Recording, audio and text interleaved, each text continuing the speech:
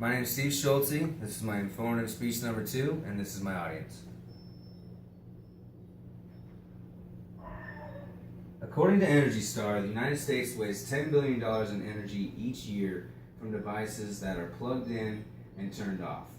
The energy that's being used as these devices are plugged in and in called their standby mode is phantom power.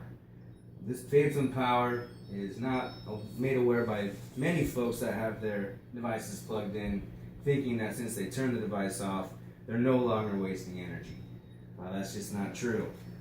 Anytime that you look at the device and see, for example, a red dot or any kind of lit up display, this is phantom energy that's being used and wasted each year, as I stated, by Americans, up to $10 billion. So some of the items that you might have thought of that are pretty obvious are going to be your refrigerator, your washer dryer, items that you have plugged in at all times that are not practical to turn off all the time. I'd like to identify some of the more of the unobvious items that waste a lot of energy, such as your cell phone chargers, your laptop computers, gaming consoles that you have plugged in, your modem, your routers. Those items all use energy constantly. So to eliminate phantom power, we first have to identify which items are using this energy. So I'll help you identify some of those items, point those out, and show you some ways that you can eliminate that energy. What I did a few months ago is I've actually done this. I have a few devices that I use, and I've seen a decrease in my energy use each month. So I went through my entire house and identified 47 items that were plugged into an electrical outlet. Turned out that 39 of these items were using constant power, or some of them using phantom energy. According to the Lawrence Berkeley National Laboratory, they state of all the energy being used in a household, 10% of it is that phantom power. So I don't expect everybody to go around and unplug a lot of items that they use consistently, because it's not convenient. But some of the items that you can identify, your laptop chargers, your cell phone chargers, we can eliminate by unplugging these or using some devices that you can purchase at local hardware stores. So one thing to help you identify these items that do use a lot of the phantom power is going to be looking for an item that is lit up with either a heads-up display or has a red dot on it at all times, even when it's turned off. This identifies that they're in standby mode and they're continuously using energy. Another thing you could do is go into a room that you don't use very often, but you might have a TV in there, a stereo, alarm clock that's plugged in. If the room's not used often, just unplug it, and then when it is in use, go ahead and plug it back in, whatever item's in there. One company or website out there was called MotherEarthNews.com. They did a comparison between a laptop and a hair dryer. The hair dryer, when in use, uses 15 times more energy than a laptop when in use. So one would think that if the laptop and hair dryer is used every single day, that the hair dryer would essentially use much more energy. But that's not true. The laptop, because it's on a lot longer time, ends up racking up much more wattage use.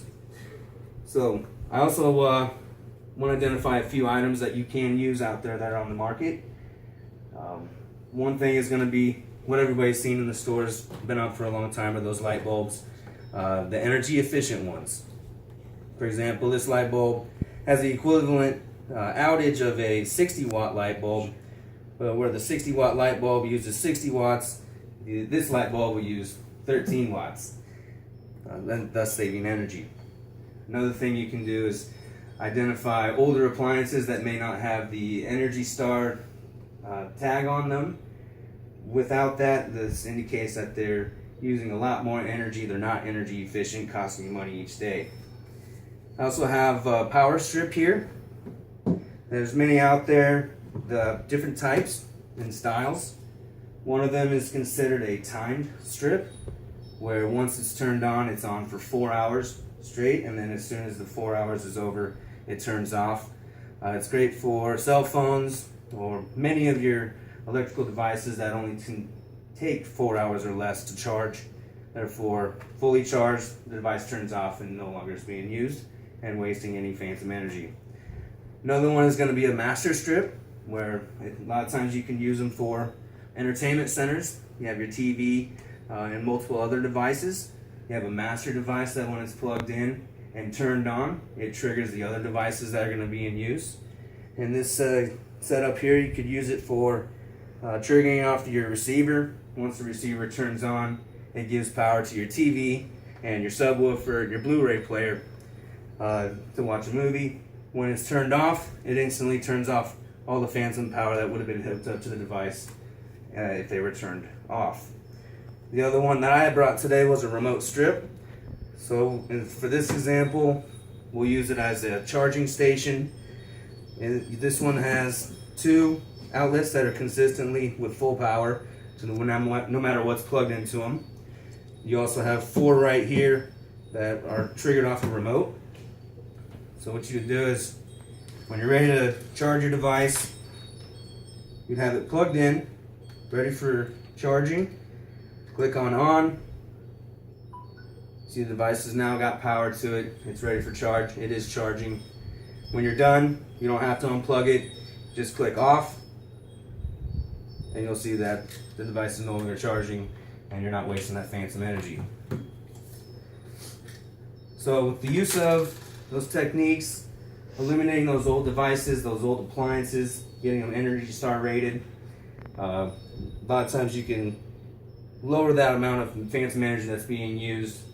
As that laboratory said earlier, 10% of your energy that you use each month is phantom energy. If that's eliminated, that $10 billion that the United States wastes each year can be eliminated.